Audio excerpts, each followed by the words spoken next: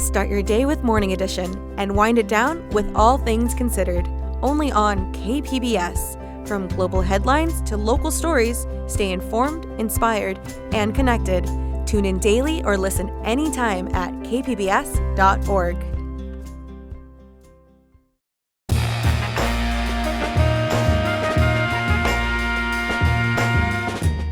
Welcome in San Diego, it's Jade Hindman. On today's show, local students explore their multiracial background in the NPR Student Podcast Challenge. Plus, more immigrants are being placed in isolation cells while in ICE detention. But first, red flags are being raised about white nationalist imagery in ICE recruitment. This is KPBS Midday Edition, connecting our community through conversation.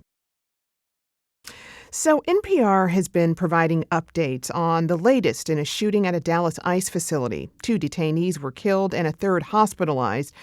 Despite that, federal authorities point to casings that indicate the attack was motivated by anti-ICE ideology. The investigation into the shooting, however, continues, and NPR will bring you updates right here on KPBS. Out of our own newsroom, though, 2 of our reporters have been looking at how ICE is increasing its ranks as the Trump administration puts a major focus on increasing immigration enforcement. Their 2-part series looks into how ICE recruitment efforts are using white nationalist messages and imagery in its recruitment efforts, and also relying on military veterans to help fill job openings. I'm joined now by KPBS investigative border reporter Gustavo Solis, along with KPBS military and veterans affairs reporter Andrew Dyer. Welcome to you both. Hello. Thanks for having us. Glad you all are here.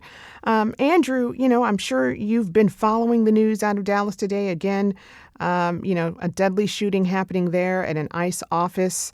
How does this fit into the larger picture of ICE recruitment, you think?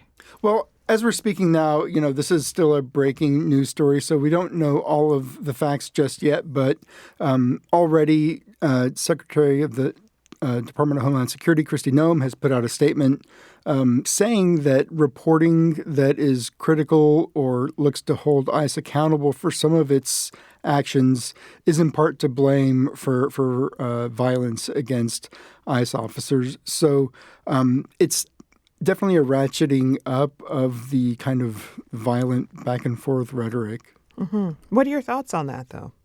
Does it hamper down potential criticism or?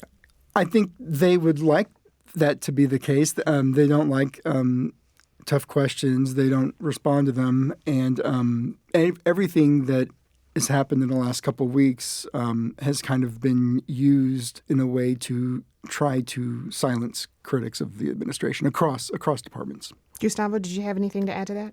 No, similar to what Andrew said, right? It's a breaking news situation. We don't have all the facts, but it is a pattern of the agency, ICE, using violence or perceived violence against their agents to justify lack of transparencies, right? The stated reason for agents wearing masks is to protect their identity, right? Mm-hmm. So I think this will, like Andrew said, just continue that cycle of more aggressive enforcement, less transparency. People don't like that. People really don't like ICE. They're viewed as an occupying force in certain immigrant communities. So there's palpable anger at that. So that anger leads to fear from ICE, which leads to less transparency, which leads to more anger, and it's just becoming a cycle. Well, I do want to get into the series that you both worked on. Gustavo, your reporting highlights this historic expansion of ICE. Mm-hmm. How much are they looking to expand and how fast? Well, 10,000 new agents by the end of this year alone. Next year will be more. I mean, the Congress and Donald Trump signed off on this billions of dollars to fund this agency. When it's all said and done, it will be the largest federal law enforcement agency in the history of this country.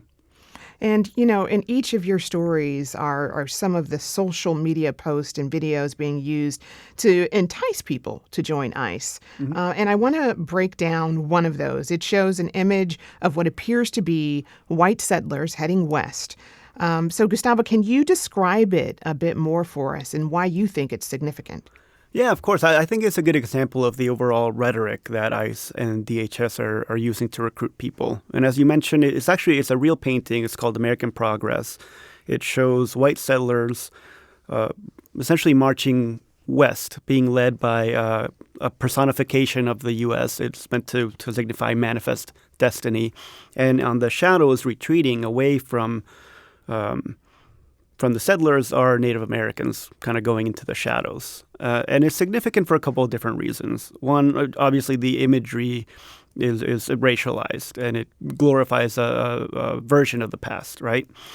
The caption also is interesting in that it can be interpreted through a white nationalist lens, through pretty subtle word choices, right? The words homeland and heritage in the caption are both capitalized. Now, I spoke to an expert, Peter Simi at Chapman University, who studies extremist groups, and he says, look, this is coded language. White extremists look at messages with two capitalized H's. That's a reference to Heil Hitler. Another part of the caption, noteworthy part of the caption, is that it contains exactly 14 words, and that number is also significant in white nationalist circles. So someone who isn't well-versed in that culture is just an image and a caption that says, defend the homeland. It can be easily dismissed as just rhetoric, right? And people like Simi and reporters who call it out can just be shied away as, you're being oversensitive. You're internalizing this. You're making this up.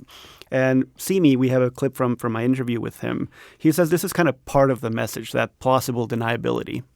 Propaganda is an art. We need to look at it as such. It's a very powerful way of communicating.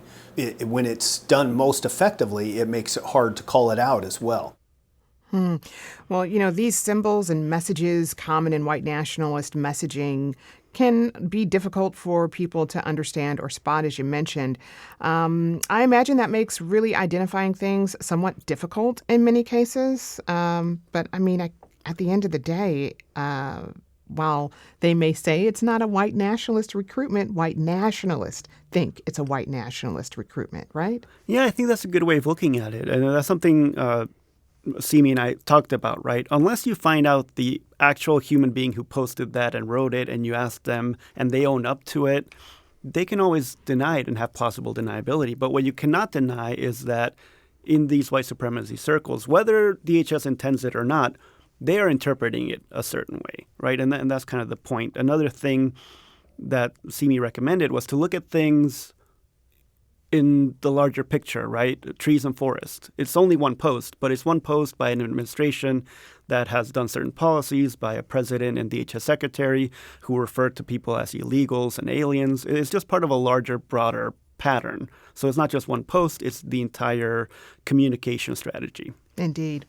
Andrew, you each highlight other posts and ads here that tap into a strong connection to war. Tell us more about that.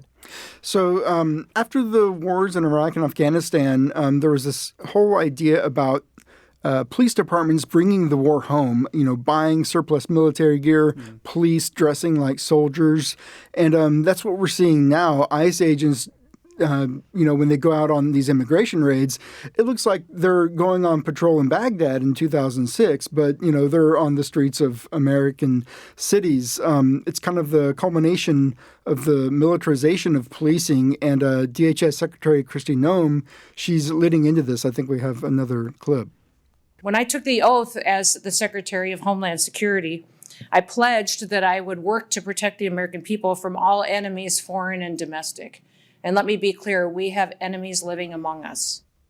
Well, how do you see these militaristic images playing a role in border enforcement more broadly, Gustavo? Well, I think as Andrew mentioned, right, it's the militarization of the police. And we see it more in ICE and Border Patrol. They are much more militarized law enforcement agencies.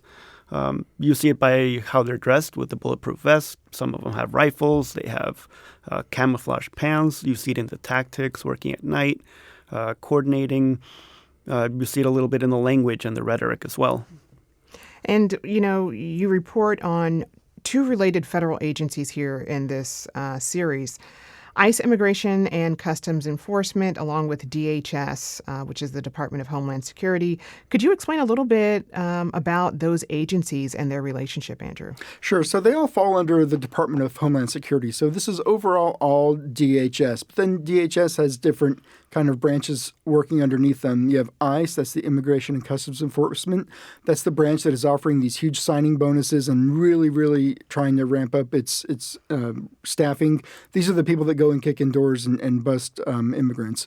You have CBP, which is Customs and Border Protection. These are the folks that man the ports of entry and do that kind of work.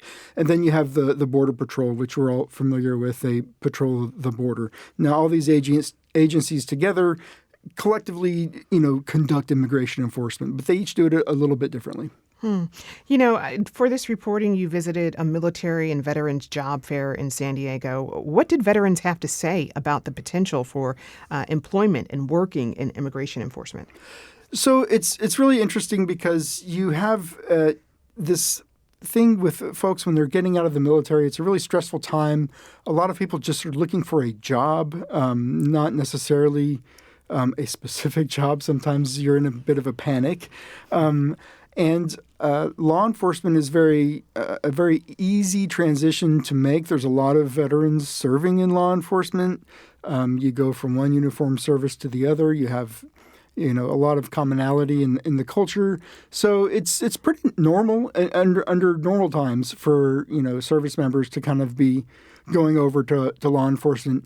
Right now, because of all of the jobs available in DHS and immigration enforcement, you just might see a little bit more folks gravitating toward those jobs.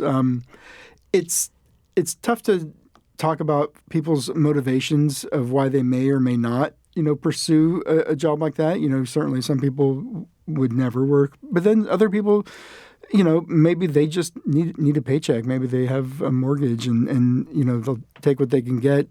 People I talked to, none of the veterans I spoke with, only one person was talked to me on the record, and he was not interested in a law enforcement job. He was more of a tech person. And the other people I talked to were just kind of feeling things out and seeing what's out there. So not really strong one way or the other. Everybody is just kind of, trying to navigate a pretty difficult time, that transition. There's a lot of incentive also being thrown at these ICE recruitment fairs and so on.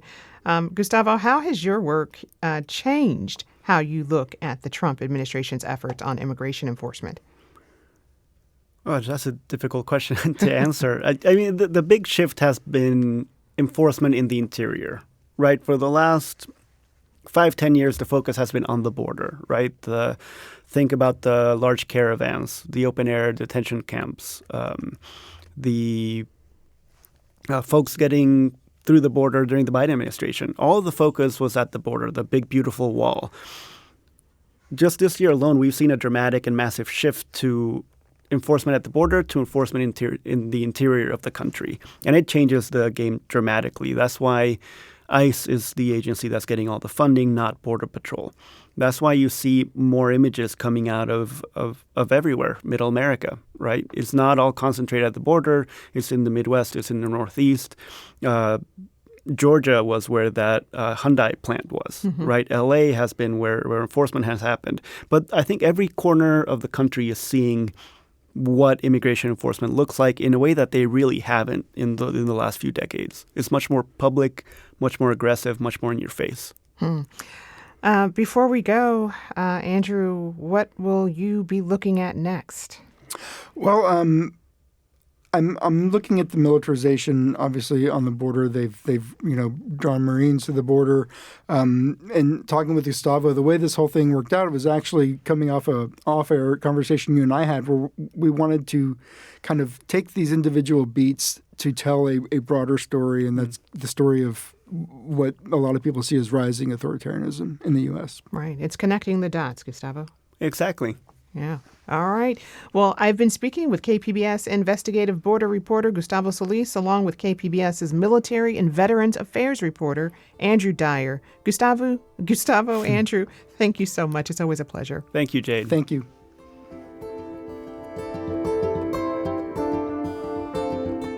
Still ahead, more immigrants are being placed in isolation cells while in ICE detention.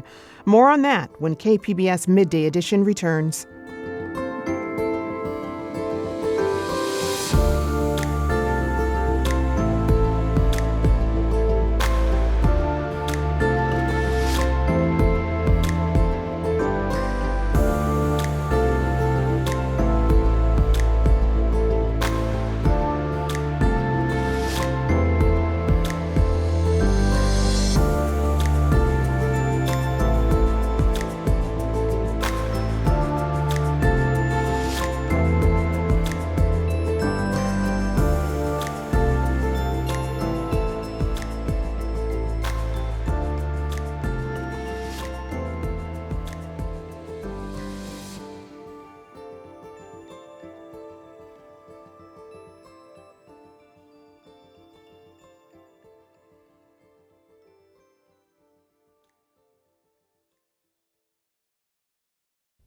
Welcome back to KPBS Midday Edition. I'm Jade Hindman. Over at San Diego's Otay Mesa detention facility, the number of people being held in isolation cells has spiked in recent months. That's according to new reporting out of iNewsSource. And joining me to talk about her recent story is Sofia Mejias Pasco. She's the investigative border and immigration reporter with iNewsSource. Sofia, welcome. Thanks for having me. Glad to have you here. So ICE uses this term segregation. Is that the same thing as an isolation cell or solitary confinement? How are they defining that term segregation? Yeah, it's a good question. Government documents describe segregation as isolated cells away from the general population where detainees can be held for up to 24 hours a day. Human rights experts who study the use of segregation in ICE detention call this solitary confinement. Core Civic, the private detention company which oversees ICE detainees at Otay Mesa Detention Center and others as well, really takes issue with the use of solitary confinement and says it doesn't happen at their facilities.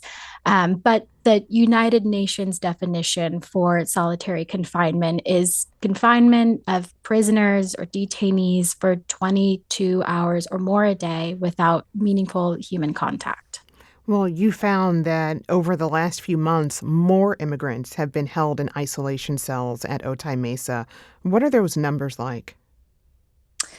Yeah, so the most recent month that we have data is August. And in August, we saw that 42 people spent at least one day in these isolation cells inside Otay Mesa.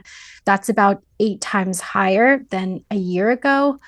But across the country, we know that the average number of days immigration detainees spend in segregation is 38 days.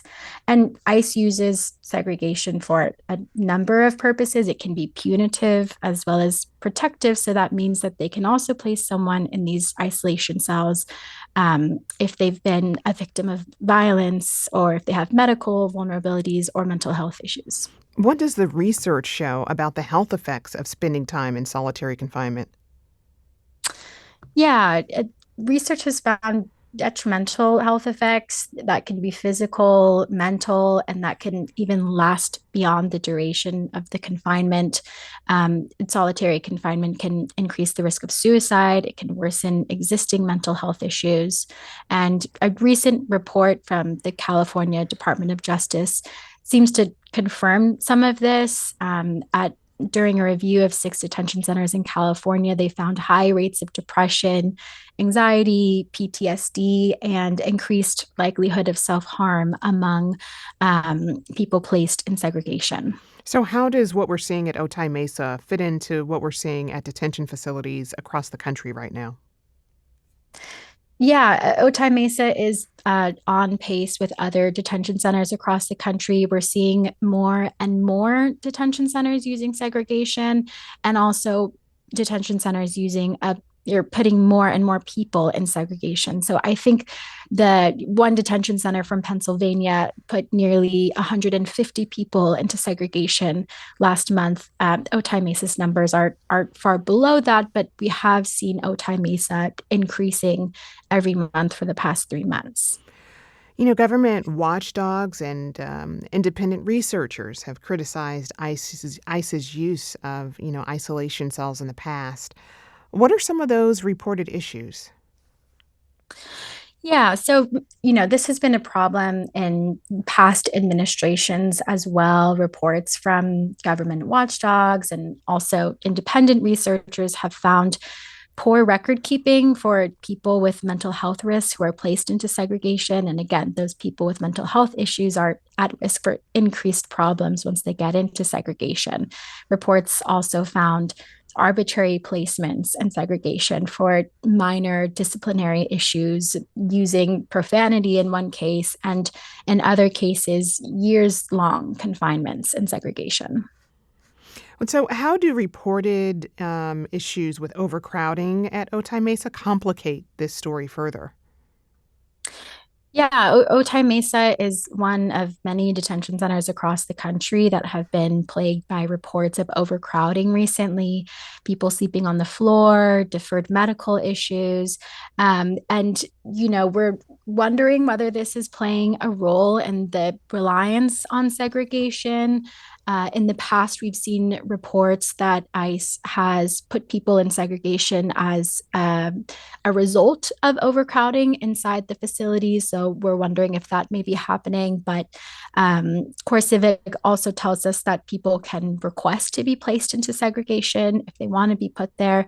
And we don't have a lot of clarity about the reasons right now that people are being put into segregation at Otay Mesa. You touched on this earlier, and, according to your reporting, the United Nations considers a certain amount of time spent in isolation cells to really be torture. Do these numbers meet that threshold? I mean, the use of segregate, that the average number of days that detainees have spent in segregation is 38 days.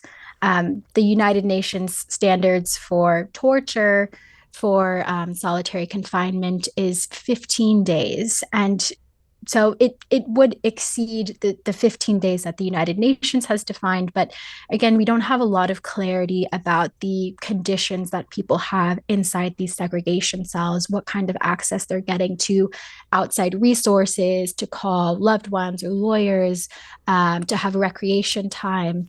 Really, the detrimental effect of segregation that researchers find is that lack of human contact. So whether the how aligned those things are right now is not totally clear. Your reporting includes an account by a German tourist who spent more than a week in solitary confinement at Otay Mesa back in February. What did she describe? And what happened there? Yeah. This was a case back in February, I believe, at a port of entry in San Diego. She was denied entry into the U.S., eventually taken into ICE custody, and she said that she spent more than 8 days in solitary confinement at the Otay Mesa Detention Center. She described it as a horror movie to a local TV station. Her friend told ABC that she went so insane that she started punching the walls and got blood all over her hands. And there are other news outlets across the country that have recently documented cases of immigrants being placed into solitary confinement. But again, CoreCivic has denied in that case of the German tourist and broadly across any of its detention centers that it uses solitary confinement. And just briefly, did she explain why or how she ended up in ICE detention to begin with? She was trying to enter the U.S. through a port of entry with her American friend. She said that when she presented herself for inspection, the customs officer flagged an issue with her visa, the visa program that she was using, and then she was eventually taken into custody by ICE. And she had been there for over a month at the time that this news report of her time in solitary confinement had come out. Before we go, how has the Trump administration's attempt to shutter civil rights offices affected oversight for conditions inside these detention centers? Yeah, some of the offices that have been responsible for putting out reports on ICE's use of segregation, for providing oversight, and for investigating complaints have been targeted for closures by the Trump administration. This includes the Office for Civil Rights and Civil Liberties, offices of ombudsman for immigration detention. So there are lawsuits ongoing trying to challenge those closures by the Trump administration, but without those offices, there's certainly much less oversight over these facilities, ensuring that ICE follows its own policies for putting people into segregation. I've been speaking with Sofia Mejias Pasco. She's the investigative reporter, an investigative border and immigration reporter with iNewsSource. Sofia, thank you so much. Thanks for having me.